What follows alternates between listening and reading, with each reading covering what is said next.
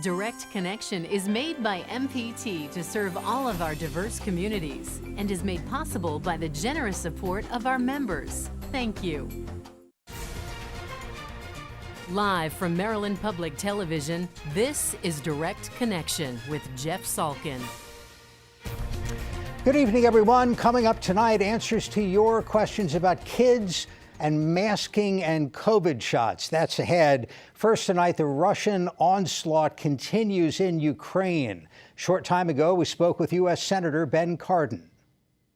Senator, thank you for joining us. I don't know if that group of scientists still has their nuclear clock, but it feels like over the past few days, we have moved a few ticks closer to midnight. How concerned should people be about this, especially with rumors about Vladimir Putin's stability? Well, Jeff, first, it's good to be with you. And it's a very scary time. There's no question Mr. Putin's unprovoked attack on Ukraine has really, I think, galvanized the entire global community, just about the entire community, to recognize just how dangerous this situation is. And to even suggest nuclear weapons should be totally off the table. You can't believe what he says. So, yes, we are concerned by the statements that he's made. We do think that we are prepared for any contingency. So from the point of view of U.S. security, we're prepared. We want to see Mr. Putin return to his troops to Russia, get out of Ukraine. The Ukrainian people are showing tremendous resolve. They're showing tremendous courage. They're standing up to this oppressive campaign. It's really a campaign of good versus evil. And I am hopeful that with the unity that we've been able to demonstrate, the price that Mr. Putin and Russia is paying for their actions, that we'll see progress made towards Russia leaving Ukraine. Is it realistic to think that they're going to turn the tanks around? I mean, you've seen today the use of cluster bombs against civilians there. There is no apparent force other than these brave Ukrainian citizens and their armed forces that can make them leave, is there? Jeff, we don't know what Mr. Putin will do. We know that we're imposing a very heavy personal price on this campaign against him, his oligarchs, his support system, and the Russian economy.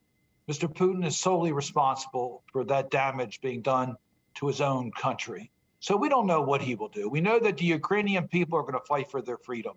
So regardless of how much military penetration Mr. Putin can do, there will be a counterinsurgency. There will be Ukrainians that will continue to fight for their freedom.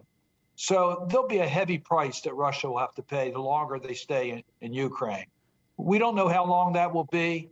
We know the military might of Russia, so we know what they can accomplish. I think they have been surprised by the strength of the Ukrainian resistance. And in the person of the Ukrainian president, Zelensky, I think. Your thoughts on him? I mean, I don't know if he's going to survive the night, but he looks like Winston Churchill with a smartphone out there. Well, President Zelensky has certainly shown tremendous leadership and courage, and he's motivated his people. He's motivated his people to fight. And you see just average Ukrainians taking up arms in order to defend the freedom of their country. And they're making a difference. They're stopping the mighty Russian army from the type of campaign to Kyiv that everyone thought would take maybe 24 hours. Well, that's not the case. So we don't know what the future will hold. We know what Russia is capable of doing. So they certainly have the military advantage. We recognize that. But Ukraine has the justice and right on their side, and their people know that. The international community knows that, and they're going to fight for their existence. So we'll see how this fight comes out. Our greatest hope is that we can find a diplomatic off-ramp here, and that if we can do that, we still should hold Mr. Putin accountable for the atrocities that he has caused. You know a lot about security issues in Europe. You're serving again as chair of the Helsinki Commission, which is the Commission on Security and Cooperation in Europe. So you know the intricacies of these long-running border disputes. Some people have said that there was overreach by NATO in trying to draw in or discussing the idea of drawing in a country like Ukraine right up to Russia's doorstep.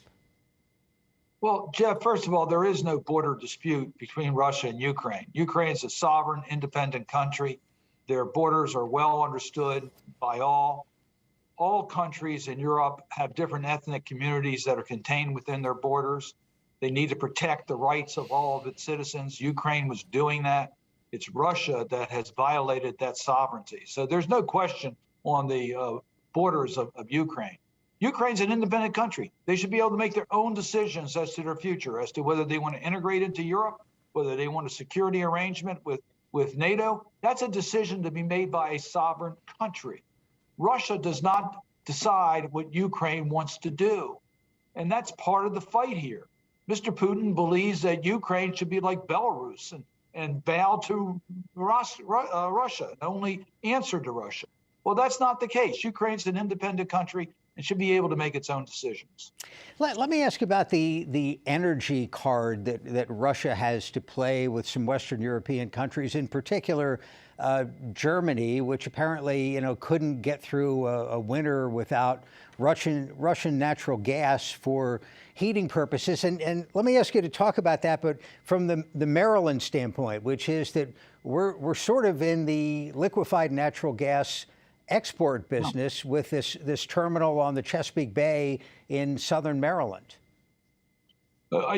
Jeff, you're absolutely right. We have short-term, long-term changes we have to make. In the short term, we have to help Europe get energy sources other than through Russia, because Russia is certainly not a reliable source. We know Mr. Putin will use energy as he weaponizes the energy. He'll use it as leverage in order to get a political result.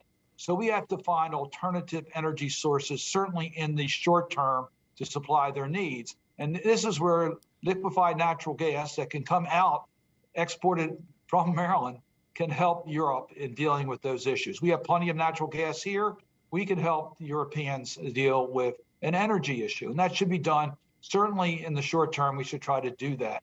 In the longer term, we need to use more carbon-friendly energy sources, which is good not only for our national security, but for our environment. We need to get off of the fossil fuels, and we need to get off of the energy sources that Russia has abundance of, so that we can become energy independent and not be held to a national security threat because of Russia weaponizing energy. So that we need. We should have done this before. We got to put this on super speed and help our European friends get off of the need of Russian energy. You know, everybody who's been watching the news the last few days has seen, these heartbreaking images, videos of kids on the border, this incredible refugee crisis, maybe millions of people trying to get out of Ukraine into nearby nations, Poland, Romania. How can the United States help? How can Americans help? Well, first of all, I expect that the United States is going to provide significant humanitarian assistance. We're taking that up this week in the United States Senate. So we are hopeful to provide our share of international assistance to the refugees. Secondly, we can provide temporary protective status for those who have family here in the United States, so that we can provide a haven for them here until it's safe for them to return to Ukraine itself. And then third, we need to deal with the cause here. And the cause, of course, is the battle taking place in Ukraine by Russia. Continue the strict sanctions, continue the pressure on Mr. Putin, and try to develop safe passages for people to be able to find safety now, but ultimately to return to Ukraine. Before we go, you've been involved in plenty of Supreme Court confirmation fights. The president has nominated Judge Brown Jackson, and the initial few days of that nomination process, you really haven't heard a peep of criticism so far. Your thoughts on her odds of confirmation and her odds of confirmation to the court without the vice president having to cast a tie-breaking vote? Well, Jeff, this is an exciting nomination. You have a very well qualified individual. She has served as a district court judge, an appellate court judge. She would be joining Justice Sotomayor as the only justices that have served on all three levels of the federal bench. I had the privilege of chairing her confirmation hearing for the Sentencing Commission. So I got to know her when I was a new member of the United States Senate. Her background, Judge Jackson's background, is just incredible. She brings life experience to the Supreme Court that deals with life issues for all Americans. I think it's just an exciting time. And I think I hope it's a smooth confirmation process from the point of view of members of the Senate getting to ask their questions, understanding her commitment to the Constitution and to the appropriate roles of all three branches of government. Let's let the confirmation process go forward smoothly. I hope it does not become a partisan process. Senator Ben Cardin, we appreciate the time. Thank you very much. Thank you, Jeff.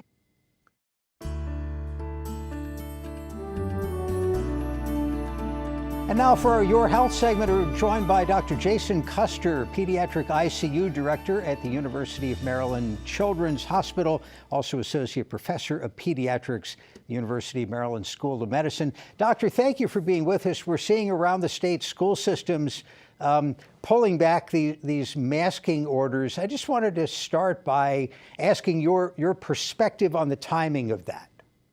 Thanks for having me, Jeff. I'm looking forward to us actually pulling back some of these mask mandates, both as a pediatrician, as a leader in hospital care, and as a father myself. I think the timing is right. I think that we have gotten ourselves through vaccination and social distancing and hand washing and staying home when we're sick through what appears to be the worst of this Omicron wave of the pandemic. And I'm hopeful as the weather turns that we can get our children in school back to some normalcy in their day-to-day lives and hopefully help with their social development, their interaction in school. Is it confusing at all to kids? I know I'm a little bit confused. I went to the grocery store this weekend and wore a mask. A lot of people there. And then at the office, I think we're wearing a mask less of the time. You know, kids have been told this is really serious, you need to keep the mask on, and now it's, forget about it. Did they find that confusing, or, you know, do they just head to the playground?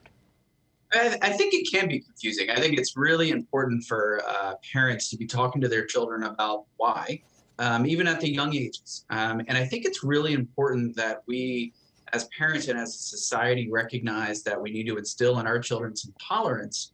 The fact that they may go to school and there may still be some of their classmates who are wearing masks, even if they aren't. And it's really important to take into consideration that some kids going to school could be living in a household with a vulnerable adult or with somebody with an immunosuppression problem, and where COVID could be very serious for them. So it's important for us to recognize that not everybody's household is the same as your household. Some people will still be wearing masks for a long time. And it's important to keep everybody safe. It's important to respect everybody's choices. But I do think it's reasonable for the healthy children and healthy families right now to follow CDC guidance and the guidance of the state and be able to take those masks off. Running the ICU at Maryland and other hospitals around the state, I mean, you've seen the toll of this. We sort of think as civilians that early on in this, kids were thankfully spared, and that maybe is sort of locked into our psyche that it affected older people. But as the thing evolved, there were these inflammatory side effects. I mean, you saw some really tough times for a lot of people. Has that improved? We know the overall hospital numbers have gotten a lot better. Absolutely. So what we saw is in late December, early January, we saw the peak of the COVID-19 pandemic in the pediatric population in the state of Maryland. That was higher than any other time during the pandemic, with acute COVID disease leading to hospitalizations for children. Thankfully, most of those children did extremely well. They're hospitalized for a couple of days and usually need some supplemental oxygen and are able to go home. What you refer to as the inflammatory condition that we talk about is MISC, that's that multi-system inflammatory condition.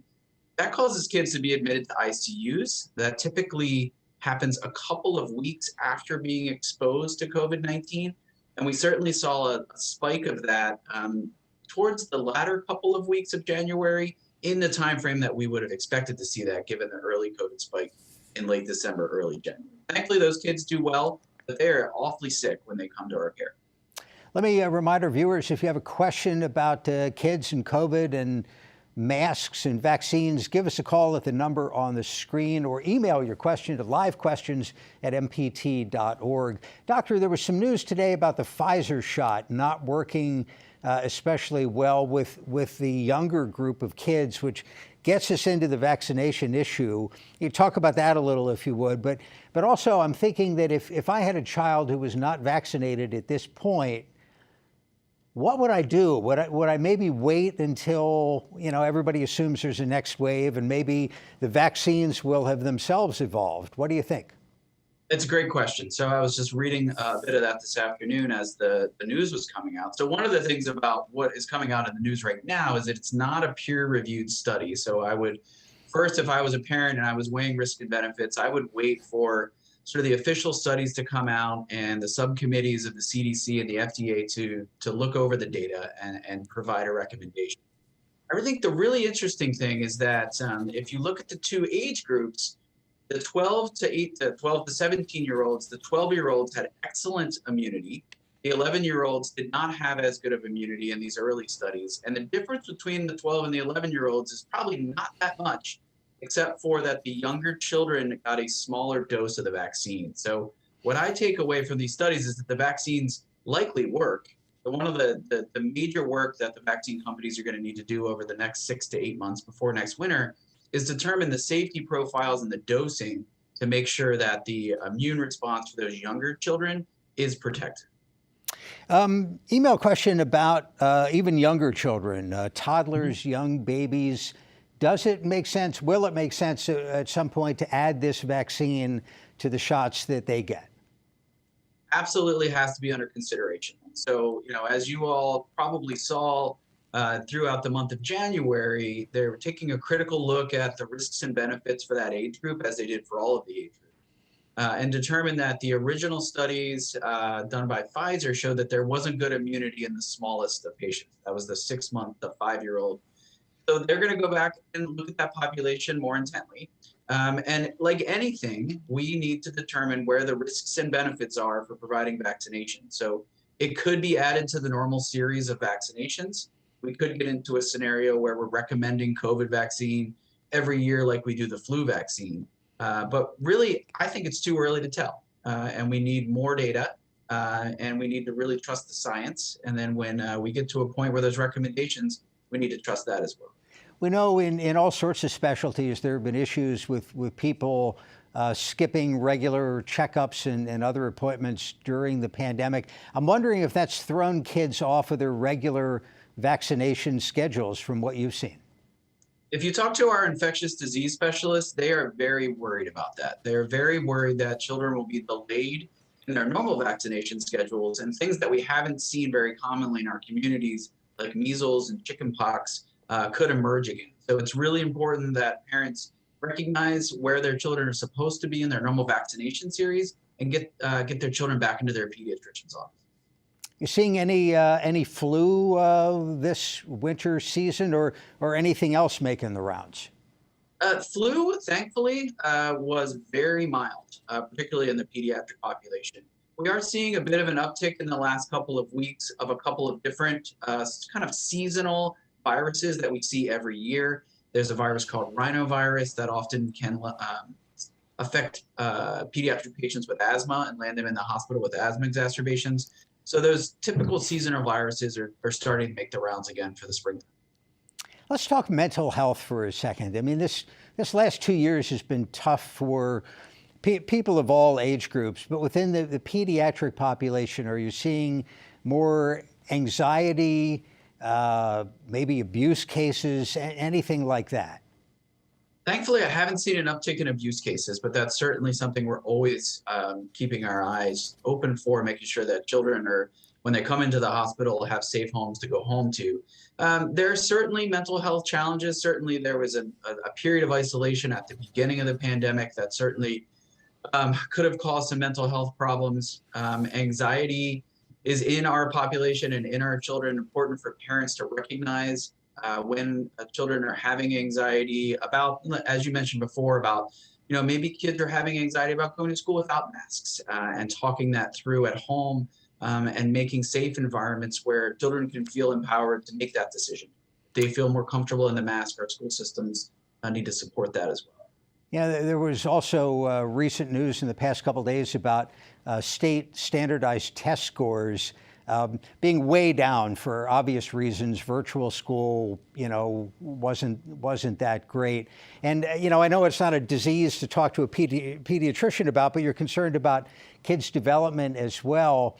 What do you think the solution is to get everybody back on track? I think it really is going to take it's really going to take some time to figure out what this cohort of children who are in school and primary school during these 2 years of the pandemic, how it affects their ability to learn, how it affects their ability to socialize. I think these are two major things that the next couple of years in pediatric research and development and an educational resource are really going to tell us. I think it's way too early to tell what the effects will be. Thankfully, kids are resilient, and I have every faith that they'll be able to come through this and pick up those skills over the next couple of years. Dr. Jason Custer of the University of Maryland Children's Hospital. Doctor, thank you very much. Thanks so much, Jeff. Have a good night. And now a conversation with CIAA Commissioner Jackie McWilliams on the just concluded tournament in Baltimore. I think the first game opening and seeing our student athletes get on the court. I mean, that's what we're there for, some basketball. So when that national anthem and the Black national anthem plays, I'm like, we're here. And when we crown that champion on Saturday, both the men and women, Lincoln University and Fayetteville State, such awesome games. Like those moments right there for me is like, we did it. And we these student athletes. And that's a moment that I always cherish, the start and the finish. For people who didn't get there, maybe concerned about COVID or hadn't heard about it in time, you're coming back next year. Tell us about that and what your plans are beyond next year. This year really, I keep saying it overexceeded my expectations of people showing up, given that we were in COVID. Al Hutchinson and I spent a lot of time with our teams just saying, let's just focus on getting people here safe, making sure that all of our events, we have the right protocols, we communicate them the same way, we do as much as we can to engage the community and let everything else, numbers and everything else fall in place. I think when we changed our focus to that, and we really focused on safety and the protocols, fans and alumni and even the community in Baltimore showed up to Fan Fest, to the games. I am blown away by how Baltimore has allowed us to tell the story about the game of basketball and then cultivate other things in the community to get engagement. And that, to me, that's what a tournament should be about. What kind of feedback did you get from the players, the schools, the fans about Baltimore, but also about not being in Charlotte for the first time in more than a decade, right? Yeah, we've gotten great feedback. I mean, even in the airport coming home, folks were just like, great tournament. It was so much fun. It felt like we were welcome. That was a big piece. I heard the hotels were great in allowing our schools to do what they needed to do to celebrate throughout the week with our fans and our alumni. I heard the Fan Fest. I heard, we had the Super Saturday event where there was cheerleading competitions, band, and I heard a young lady on the news that actually was just so thrilled to be recognized as part of one of her dance groups in Baltimore City area. We had ball kids that were just appreciative of just being a part of the CIAA. I think people felt like they were at home. I mean, even if your team wasn't playing, everyone still showed up to cheer for the CIAA and its teams that were playing. And it's a community and family affair. And I'm just glad to see Baltimore fans even show up to the games. I took a picture with the family. It was their first time coming to a tournament. And they figured out I was the commissioner. And it was just like, oh my gosh, can we take a picture? And I was like, oh my God, can I take a picture with you? And the volunteers, I mean, nothing but feeling like we were part of a community for a whole week. This tournament is a hard event. I mean, you've got people coming from across the country in all different diverse backgrounds and institutions. But when Baltimore when I got off that plane and Bowie Cheer was embracing just me walking into the city, it never stopped until we left out. Well, Commissioner, we'll look forward to CIAA 23. Hopefully, no COVID. You know what? I want this COVID to go away. And if we have it, we'll continue to do the good work. And as you can tell, people are going to show up and show out in the city of Baltimore. You truly charmed the CIAA, and we're thrilled to come back next year. Commissioner, thanks for the time. We appreciate it. Thank you. And that is Direct Connection for this week. Join us every week at this time for your chance to ask the experts. We're back Friday with State Circle, the latest on Maryland politics and coverage of the 2022 General Assembly session. Now, for all of us at MPT, thanks for watching Direct Connection and have a good night.